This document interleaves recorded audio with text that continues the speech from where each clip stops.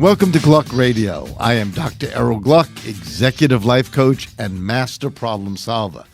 Today we're here with author Martin Jacques. His massive and wildly innovative book, When China Rules the World, sold 250,000 copies so far. His book was so acclaimed that you've seen him on TED, BBC, and even China leaders think this book is the first to get it right.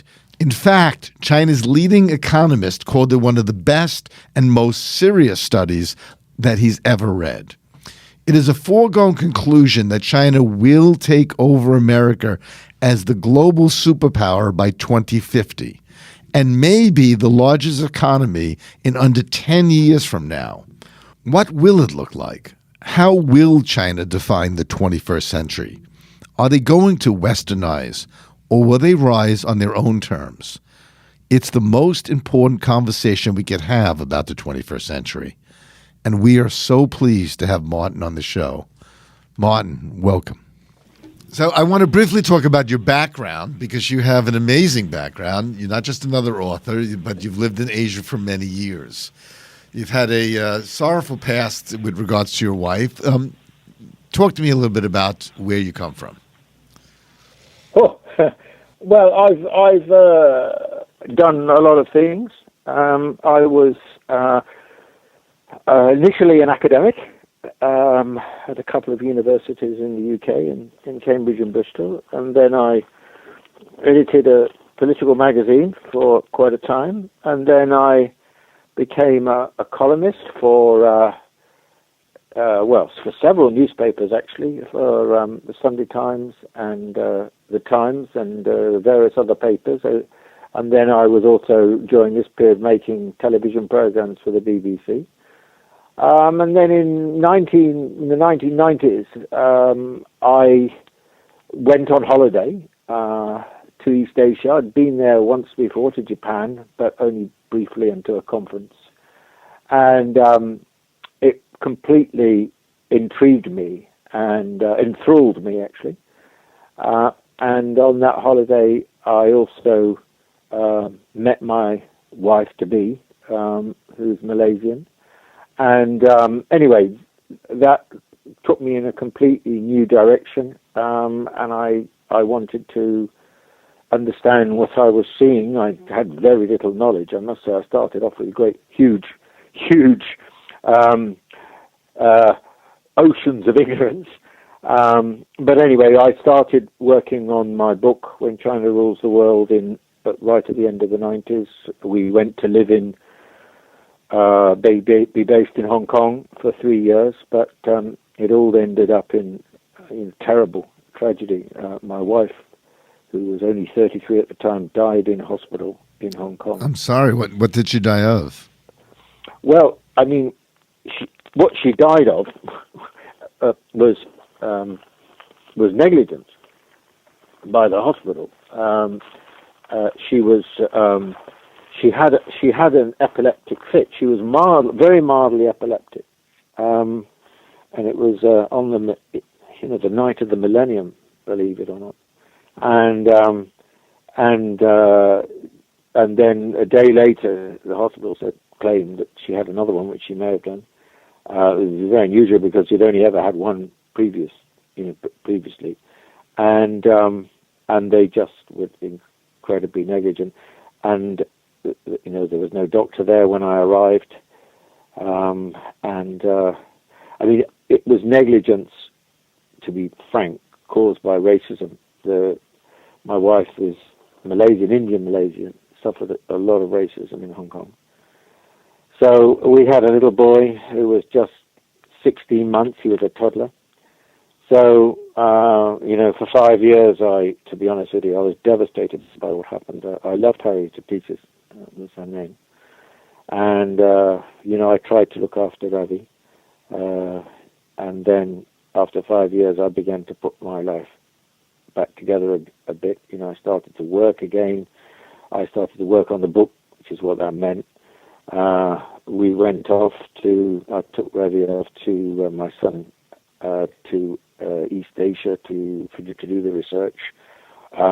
We were in Japan in China a lot, and that takes you.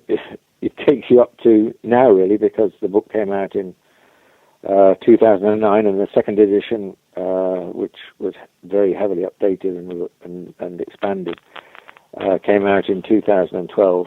And very fortunately, the book's done terrifically well. It's done amazingly well. In fact, I actually bought the book before my producer bought the book and searched you out. Question. You, Martin, at one point were the editor of Marxism Today. Yeah. Are you a Marxist? I don't. I don't really call myself a Marxist, and I haven't. I don't like labels, actually. But they're good for soup cans. Well, I don't like labels because, have I been heavily influenced by Marx, or was I? Not so much now, but was I heavily influenced? Yes, I was. Very influenced as a young, as a student and a young man.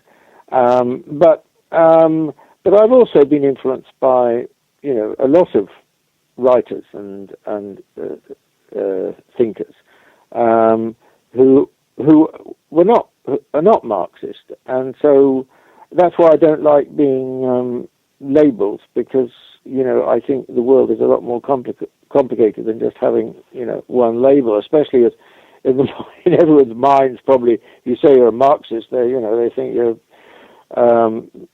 slightly crazy. In reality, of course, correct. And everyone evolves, and those, by the way, many people call themselves.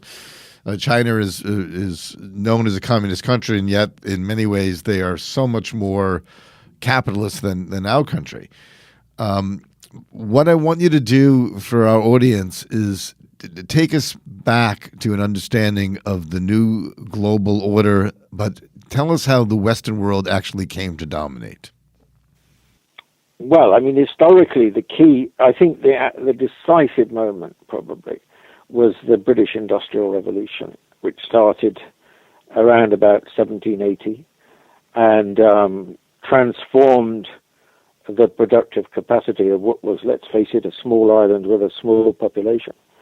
And it spread, of course, then to Europe and later to, what started off as British colonies like the United States and so on. And in the 19th century, these countries, which we now sort of call the West, if you like, began to dominate the world, or did dominate the world, overwhelmingly dominated the world. The world didn't look like that before the end of the 18th century. But the sheer productive capacity of this new factory system, this new industrial capitalism, combined with the scientific and intellectual advances that went with it, the sort of new culture and so on, transformed these countries and left them at a hugely stronger position than the rest of the world. And that really, I think, and then for 200 years, essentially the West, in the form of Europe, especially Western Europe, especially Britain, to a lesser extent France, Germany, and so on, dominated the world. But then, from the late 19th century into the 20th century, especially after the First World War, and then again, even more after the Second World War, the United States became the dominant power in the world, and still is. Do you expect it to continue? And if not, what would be the reason for America's decline? Well, no, I don't expect it to continue. Nothing is forever. All great imperial countries, my own certainly, America, I think, as well, they can't imagine the future where they are not still, number one. But no country has ever been number one forever. The history of humanity is the rise and fall of different civilizations and different countries. And so, in principle, it will not carry on forever. Tell that to the Kardashians.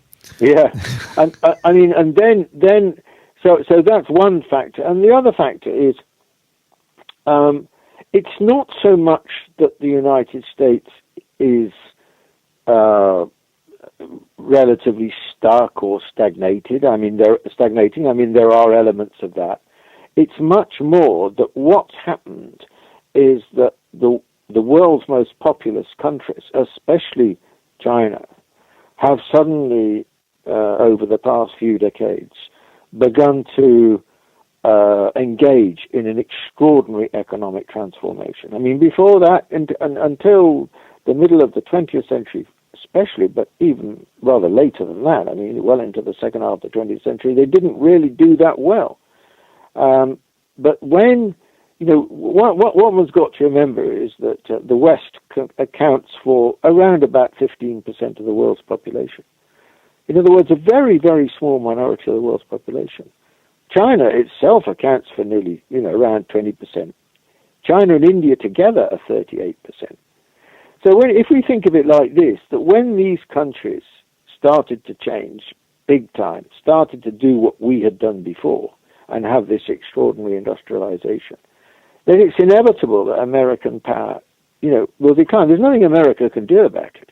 I mean, I suppose they could go around bombing everyone, but I mean, that would be the end of the world. That would be the end of humanity. So I don't think the Americans would do that. But it's inevitable that that what we're moving into now is a world no longer dominated by the West, no longer America being the dominant power in the world, and increasingly the big players in the world will be, though that is not yet true, the big developing countries like China, especially China, but also India. I think that your statement is so relevant when you say that nothing lasts forever and the history of the world is the history of change. Unfortunately, some people don't grow up, they just grow old, and some people grow up because they change and they learn, just like countries. Having said that, here's where I would disagree to some extent about America and China, in the sense that I think China has gone through a unspeakable change in terms of its development. It came out of nowhere, had no middle class, and now the middle class is around 400 million. But they have a underclass that is around 800 million or so, and I guess those numbers you would know better than I. And a lot of their GDP is based upon what they manufacture, and they have these huge ghost cities all over China that are empty. What happens when all that crashes? Well, I don't think it will crash. I mean, by that I don't mean that they won't have trade cycles like we have. Recessions and periods of relatively strong expansion. I mean, it's true that over the last 30 years they haven't really had one, but they will have. They will. I mean, they won't be immune to this. But I don't think that when we should expect that, as many in the West have expected, actually, and predicted, wrongly so far, I don't expect it all to come crashing down. I don't think it's going to hit a wall. And the reason I don't think it's going to hit a wall is because, the fire's been lit, essentially. I mean, this is what we're looking at here with China is essentially its industrial revolution. And what does that mean? Well, in particular, it means the shift of people from the countryside into the cities. And, the economy's been growing until very recently at around 10% a year for over 30 years, and it's still growing strongly, around, 8% a year. And there are still pushing half the population lives in the countryside. And, before that industrial revolution can be completed, most of those people in the countryside have got to go and live in the cities and work in industry or services. So I think that, there's still a long way to go in terms of China's growth. And I really don't, I don't think we should think of it as coming to an end. I mean, Japan's didn't come to an end. I mean, it came to an end in the sense that, it went into a period of very low growth over the last 20 years. But by then, Japan was already a very, very sophisticated society. China's not in that sense. That's correct. But there's one, there's one thing that for me becomes a big question in my mind. One of the reasons, from my perspective, that the Industrial Revolution that started in England, spread to the United States, dominated the world with a very small population, is that we did have, along with that, some form, not a perfect form, but some form of democracy and of representation. And China, one of the reasons for their growth is because there's no dissent, and they could, in fact, orchestrate that growth. But at one point, I think that it is in the hearts and minds of people to be free. And they're going to have to go through that, and whether or not that freedom is going to allow them to grow at those numbers that are artificial because growth is dictated by the government without any resistance. What happens when democracy enters into the picture? Well, I don't think, just a point of fact, and that is that most countries in the world, including all the European countries, and indeed the United States, weren't democracies during their period of economic takeoff, during their period of industrial revolution. Most people didn't have the vote. Certainly that was true in my country. Very, very small number of people had the vote. Very, very small. And they were, basically rich people, property owners and so on. The vast majority didn't. Even in America, the majority didn't. And this picture was also true of other European countries. But for order to continue, it did. Sorry? But in order for that industrialization to continue, all those countries did, in fact, turn into democracies. Absolutely. That is absolutely the case, that Western countries subsequently, after their industrialization, with varying speeds, started to democratize. And I expect China to go through the same process. I don't mean it's going to end up with a political system exactly like ours. I don't think personally it will, because its traditions and history are very different. But I expect China to become much more open, much more accountable, much more representative, and much more transparent. I don't think it'll take personally Western forms, but there will be elements of the Western form within this more democratic China. So I think it will, China is going to go through these processes. I mean, actually, this has been happening already. If you take China now compared with the period at the time of the death of Mao in 1976, then China is a hell of a lot more open and transparent. Oh, absolutely. Than it was then. I mean, if you go to China now, you can see that people in their personal lives have an enormous amount of freedom compared with what they used to have. And the information that they can now access is light years away from what they had in the 1970s. So I think that process you're describing is already well underway, actually. What I want you to tell our listening audience, because I find this fascinating, is we don't understand China in the way that they see themselves. Help us understand how China sees itself. Talk to me a little bit about the civilization of the Chinese people and how they perceive themselves, their trust of government, is there racial superiority in their belief system? Tell us a little bit about the Chinese mentality. Yeah, I think this is an extremely important point, because we in the West, for understandable reasons, we tend to be very parochial and insular, even ignorant when it comes to understanding peoples of different cultures. Somehow we expect them, to be like us or to conform with the way we are. And I think this is a profound mistake, because cultural differences are really important. Anyone who's had experience of other societies and other cultures, it's not difficult to see this. Now, China. Let's think of China like this. I mean, they like to say they're 5,000 years old. I mean, certainly, at a minimum, China, as a modern country, is in terms of its borders and so on, is 2,000 years old. I mean, China's incredibly old, and and compare that with the United States, 400 years old or a bit more than that. But, modern America is not, that's very, very recent in comparison. And China, and only recently over the last 100 years has called itself a nation state. So, which has been that standard political view in the West for the last several, at least 200-300 years.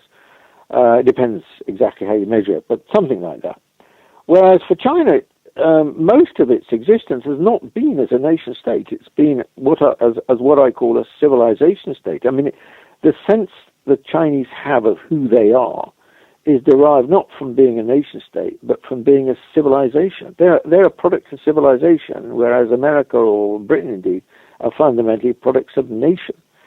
So, things like Confucian values, very unusual relationship between the state and society, customs like Guanxi, ancestral worship, very distinctive notion of the family, very different from Western traditions. How did Marxism take hold in this civilization state that had a very clear identity of who they were? How did they? How were they able to be swallowed up in a movement that went beyond the civilization? I'm sorry, I don't follow you. Meaning, as Marxists, they were no longer belonging to this civilization, the Han civilization. They now were belonging to. I think that actually China really fundamentally is still a civilization state, in the sense that this is primarily, how they see the country, how the country works, and so on. I don't think Mao or Deng Xiaoping, I don't think the communist era has fundamentally changed that situation. I think one of our problems is often, we have a sort of over-politicized view, especially of communist countries. It's completely different now because it's communist. No, I don't think that's actually what happens. I think that China's remained, essentially in its roots, Chinese, and sure, the communist regimes have changed certain things, but there's a limit to how much they change. And indeed, I think since Deng Xiaoping and so on, China in many ways has become, although it's modernizing like crazy, has also become more traditional. Interesting. And in this sense of being traditional, how do they relate to one another? Is there a loyalty from to one another as a civilization? Because my daughter, for a short period of time, taught English in Nanjing University, and friends of mine who have gone to China, they have told me stories of almost a disregard and respect for one another when they're walking in the streets. They keep to their own little world, and they're not really helpful for one another. So tell me about that. Well, I don't know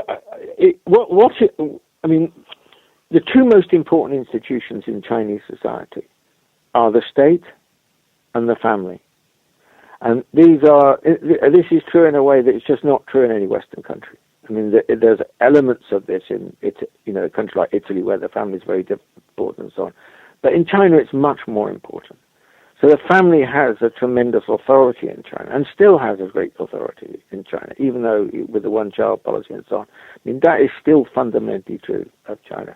Likewise, government is very, very important in China. I mean, the Chinese have a different view of government to the one we have. What is their view of government? You have essentially a utilitarian and instrumentalist view of government. What can it do for me? If it doesn't do what I want, then I'll get someone else. We'll get someone else in. The Chinese have a very different view. The Chinese think of government as in a much more intimate way. I mean, in the Chinese tradition, government is modeled on the family, and I think this is still essentially true of the Chinese. Rather than seeing the state as alien, they see it in quite familial or even intimate terms. And it's very important to grasp this, because we don't really understand governance. We don't understand government in China. Now, what is also true is that as a result of these two, very defining institutions, especially the family, the Chinese have their attitude to other individuals and so on is perhaps more distant, or more, maybe it is, as your daughter described it. But it's complicated also because what is very important in Chinese society is guanxi, is relationships, is cultivating relationships. So if you want to get on in China, or you want to get on with the Chinese, you must build the relationships. So whereas, say, in America, even more than Britain, but, in both societies, we invest a great deal in rules, rule-based society. The China has never been really a rule-based society. It's a relationship-based society, and that's the way it works. You've got to cultivate your relationships. So the culture works in very different ways to Western societies. Interesting. If the government did not control the ultimate amount of information that the Chinese people could have in terms of their internet is still not, completely free to access anything in the world, would the Chinese people still, in fact, just look to the family and look to the government as an extension of that family? And, I don't think, yeah. And if that's the case, why do they have the need to control information as tightly as they do? Well, would China be very different if it had a completely free and open media? No, I don't think it would be very different. I think that these kind of attitudes people have towards government, and the role of government, and the place of government, and the intimacy of government, and all that kind of thing would be fundamentally the same. I don't think it would make a great deal of difference to that. Actually, the flows of information in China now are pretty good. It's true that, if you're accessing, well, Google hasn't done so well in China, but Baidu, which is their biggest search engine, and you stick certain words in, it's true. If you put in Tiananmen Square, you probably won't get anything very much. Or if you put in, maybe something to do with Taiwan, you might. But, in truth, most people, just like in America, they won't be accessing the equivalent of those kind of words. Most people, you can get masses of information off the internet in China, huge. And microblogging, which is like Twitter, is a huge thing. It's a bigger thing in China than it is in America. So, and a lot of, in the microblogging and on the internet, there's a lot of criticism of government. No holds barred. So it's not as if they censor all that kind of thing out. They don't. So that exists alongside with this sort of notion of this deep respect, for government and so on. It doesn't mean that in certain situations they won't overthrow governments. There's a long revolutionary tradition in China. But the structure of society... Martin, explain that to me. Why did Tiananmen Square happen? Meaning, how does that fit into the connection to family and trust of government? What happened? Well, it's not just Tiananmen Square either. In 1949 there was a revolution in China which brought Mao to power. If you go back to 1911, 1912, finally, centuries-old imperial regime was overthrown. So it's not that, what you see in China is a sort of endless continuity of government. On the contrary, you have two traditions within China, if you like.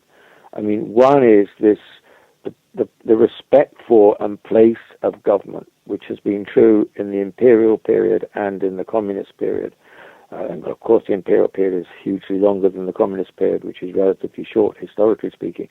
And so you've got that underlying respect for the state, the importance of government. And then alongside that, you've got another tradition. And that tradition is the right of the people to overthrow government if they feel it is not doing what it is supposed to do. And one of the most famous scholars in Chinese history, Mencius, who was a follower of Confucius, introduced this idea of the mandate of heaven being withdrawn. In other words, they'd had a different notion of heaven to a Christian notion, but there is an important notion of heaven in Chinese culture. I'm curious, what is that heaven of what is that notion of heaven? Their notion of heaven is more like it is a space which is different from Earth, which has different sorts of qualities, different norms, different traditions, but it is not. They don't believe in the supernatural. They don't believe in a god. China has always has never really never had a strong sense of a monotheistic, a single god or something like that. This is not hasn't been part of the Chinese society. But back to Mencius, the mandate of so he argued that the mandate of heaven could be withdrawn. In other words, the right of the people to rebel if their rulers were ruling unjustly. So, in the very turbulent spells, and there have been many turbulent spells in Chinese history, the ruler is overthrown. But what's interesting is that after that, after a while, with the new dynasty or whatever it is, then it carries on ruling. It enjoys the same central place, fundamental position in Chinese society that the previous one enjoyed. So you've got these two traditions operating alongside each other. So it's not that the country stagnates. That it's not that it just carries on endlessly with the same rulers. This present regime is not going to go on forever. But I would certainly expect that whatever eventually replaces it will have the same sort of huge importance in Chinese society that we've associated with previous regimes, because that is the Chinese way. Martin, explain to me how China identifies as a communist country or a socialist country, and yet their underclass has less support than our underclass, who identifies as a capitalist country, and yet the access to food and medicine is just so much more abundant. We have more of a safety net in this country than they do. How is that possible? Well, let's be clear, one or two things about what's happening. I mean, first of all, China, when we say China is a communist country, I think what we're really saying these days is it's ruled by a communist party. We used to think also that meant the public ownership of industry, the economy, and strong and centralized planning and a strong equality. That was true in the Mao period. But really after 1976, especially up into the 1980s, that period came to an end because under Deng Xiaoping, who was leader of the Communist Party, he felt that the system was not nearly dynamic enough, and so on. So he introduced large-scale private. First of all, the market. He opened the country up. He opened the country up to trade, which trade is hugely important. China is a very open country. It's probably more open than the United States in trading terms now. And he introduced private ownership, and so and with that came large amounts of inequality. So China is not a communist country in the way that, say, the Soviet Union was a communist country, or we shouldn't understand it in the same way. So that's very, very important. Now, the question you raised specifically is, how come that a large part of Chinese society is still very poor? Well, key thing here is to understand that China was extremely poor at the end of the Second World War, at the time of the 1949 revolution. dirt ball compared with the United States. And even in 1980, when Deng Xiaoping came to power and so on, China's standard of living was, a fraction of the United States. Even today, the average standard of living of the Chinese is something like somewhere between about a fifth and a quarter of that of the average American. So although it's come a long way, it's still got a hell of a long way to go. So what we've seen, what we've been witnessing, is this economic transformation of China. Now, the fundamental reason why inequality has grown is because, remember what I said earlier on, basically in this industrial revolution, half the population have moved into the cities, and a bit under half are still living in the countryside. The poor people are in the countryside. This is an absolutely classic feature of an industrial revolution. The people, why do they move to the cities? Because they can have a much higher standard of living. People who are stuck in the countryside, they're poorer, and they tend to be older, because it's the young that go to the cities. So, the main reason for these new inequalities is, I think, because the society is still in transition. Now, what's also true is that this hugely rapid transition has left the country often, parts of the country especially, not with a bad health. I mean, the Chinese health service, which under Mao was quite straightforward, but very rudimentary, essentially fell apart, because there just wasn't, in the new cities and so on, they just didn't have a functioning health service. Well, they're now trying to put that together and so on, but they've still got a long way to go.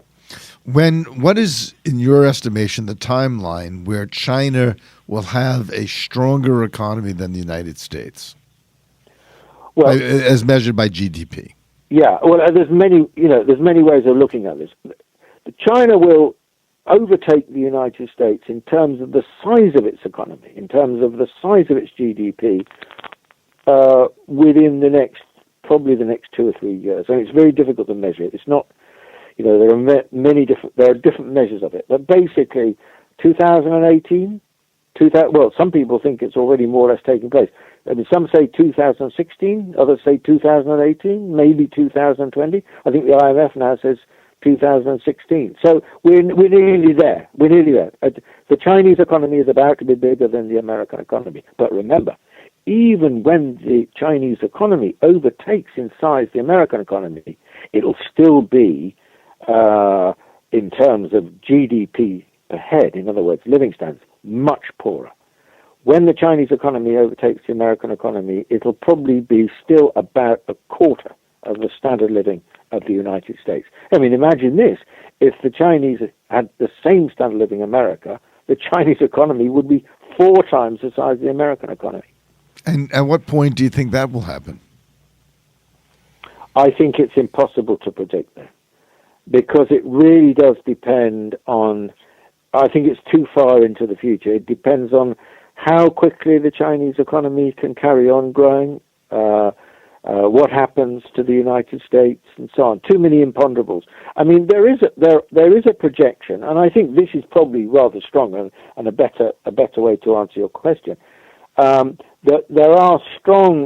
a number of, quite a few now, projections that the Chinese economy in 2030, that's 18 years, not so far, 2030, the Chinese economy will be twice the size of the American economy.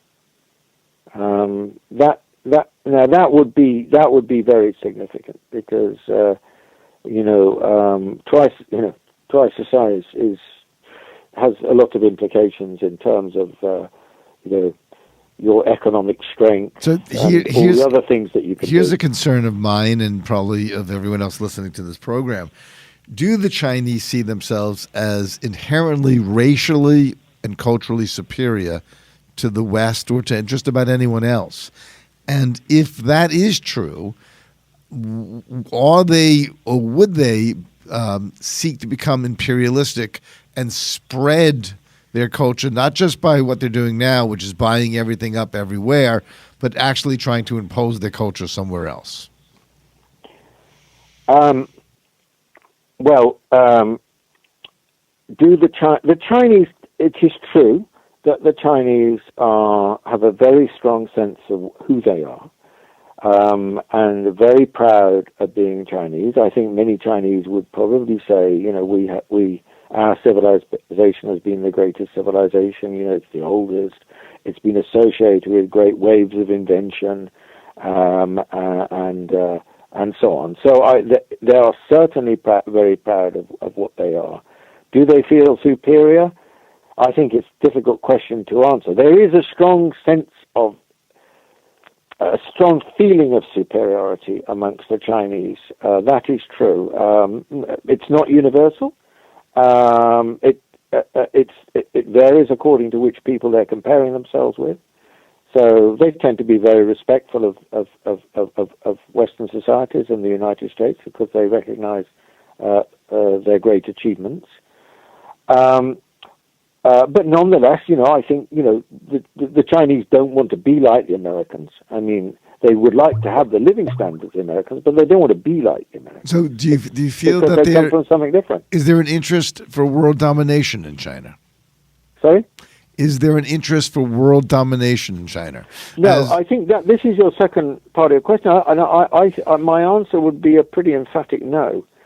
I mean, we often we project onto them sort of our own Western behavior. Europe was an extremely expansionist, extremely aggressive, and extremely bellicose continent. I mean, what did they do with the Industrial Revolution?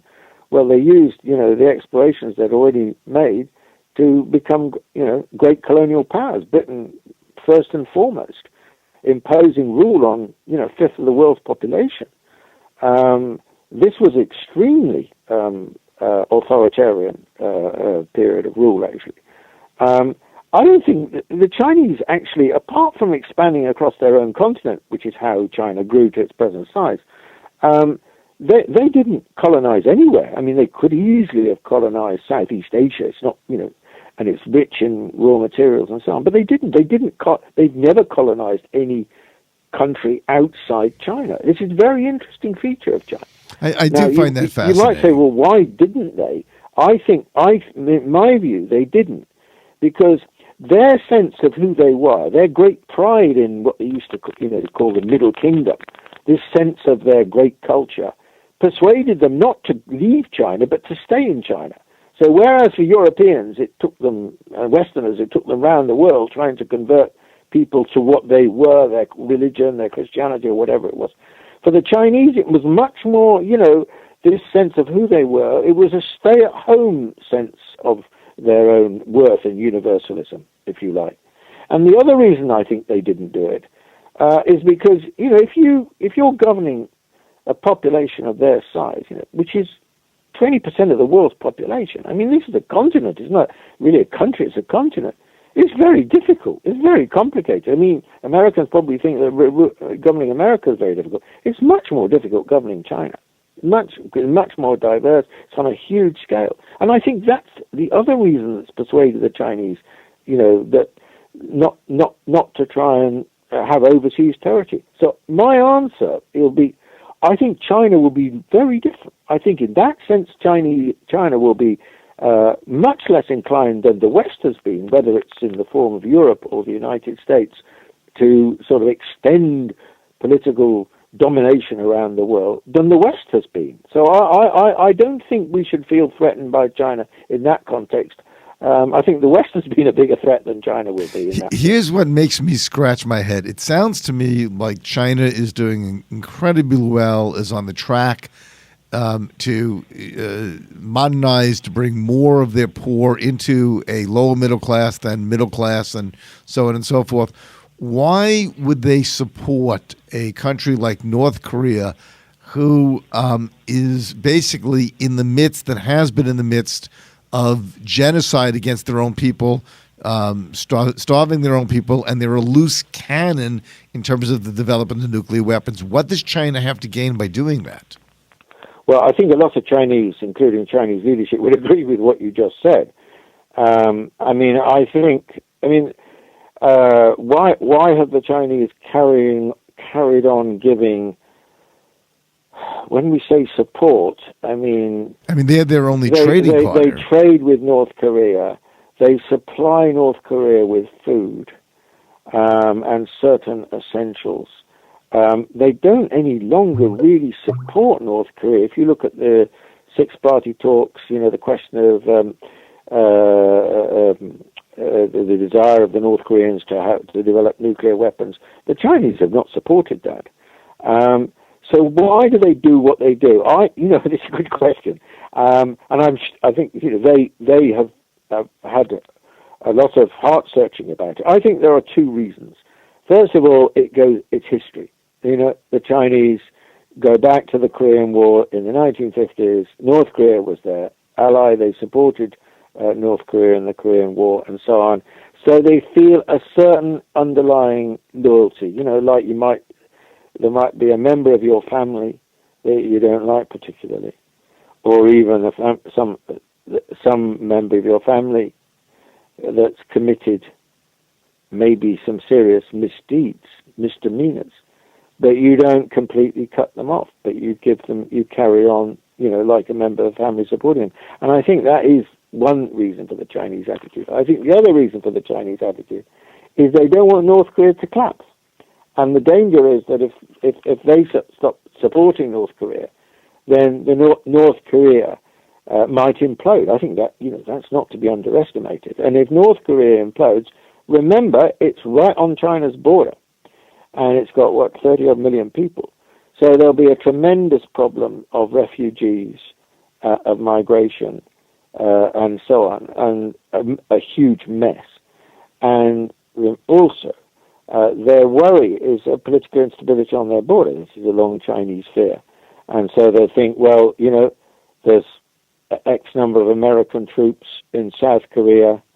The danger in that situation is maybe we'll have American troops on our border. They don't fancy that because of their own history.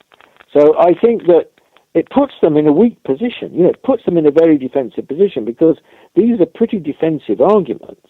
And the regime in North Korea, to the great majority of the world's population, is very unattractive.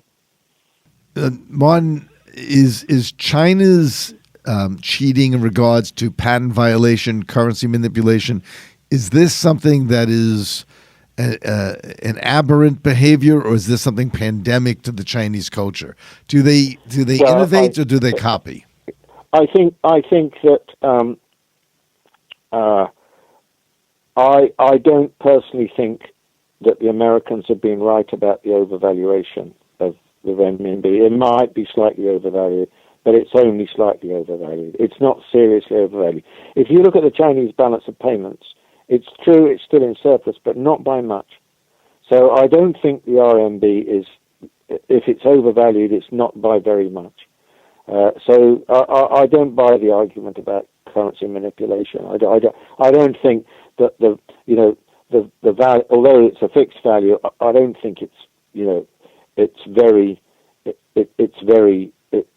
I think it's only slightly overvalued. And remember that over the last few years, there's been a serious revaluation of the RMB against the dollar. I think I know you've got me on the figures now, but I think if you got the last few years, I think the RMB against the dollar has been revalued by about 30%. So on the question of patents and so on, well, every catch-up country has played fast and loose with borrowing and copying. That's how they've done it. I mean, that's what the old American allies did. Japan did it in the early days. So did Taiwan. So did South Korea. So did all the Asian tigers. They borrowed. What do you do? I mean, you can't afford a big research and development. When you're a poor country, you can't afford a big R&D budget. What do? What you do is you try and you copy as quickly as can the latest thing, try and get away with it, and then you find a smart way of getting it to the market quicker and cheaper. And that's not doing a particularly Chinese characteristic. That's what all these countries have done. But as they move up the value chain, as they move into areas of production which, where they're competing with advanced countries like the United States, they can't do it anymore. They need to do their own research and development. They need to, and what's more, they need patents to protect their own investments. So you see this with China now. China's huge economy. It's got many economies. It's not just one economy. But part of the Chinese economy now is big time into research and development. Solar panels, telecoms, and so on. The Chinese are becoming very sophisticated in certain areas, and they're taking. The Chinese are now taking out more patents than the United States. We could go on forever. In fact, I'm going to try to push for a second show. This is fascinating. I know you sold over 1 million copies. We're going to try to make sure that you sell over 10 million copies. Thank you so much for the interview. I'm going to probably ask you for another one because we're just scratching the surface. But you are, your book is invaluable and you are invaluable. So thank you. Thank you so much. I really enjoyed it, and I'd be very happy to do another interview with you. Thanks so much, Martin. Talk to you soon. Thank you. Bye-bye. I'd like to thank Martin Jacques once again for joining me on the show. We're looking forward to part 2, Martin. Everyone should pick up a copy of his book, When China Rules the World. I want you to go to his website, www.martinjacques.com. I am Dr. Errol Gluck, and remember, to every problem there is a solution. Please check out our other episodes on gluckradio.com. I want everyone to check out our other episodes on gluckradio.com. I promise you, there's something for everyone. Tell all your friends. They're going to thank you. Go to wabcradio.com. Don't forget to tell your friends. Like us on Facebook. Like us on Twitter. And if you want to sponsor a program, if you want us to have a program about you, if you want to give us feedback, you call our office at 212-599-3195. Till next time.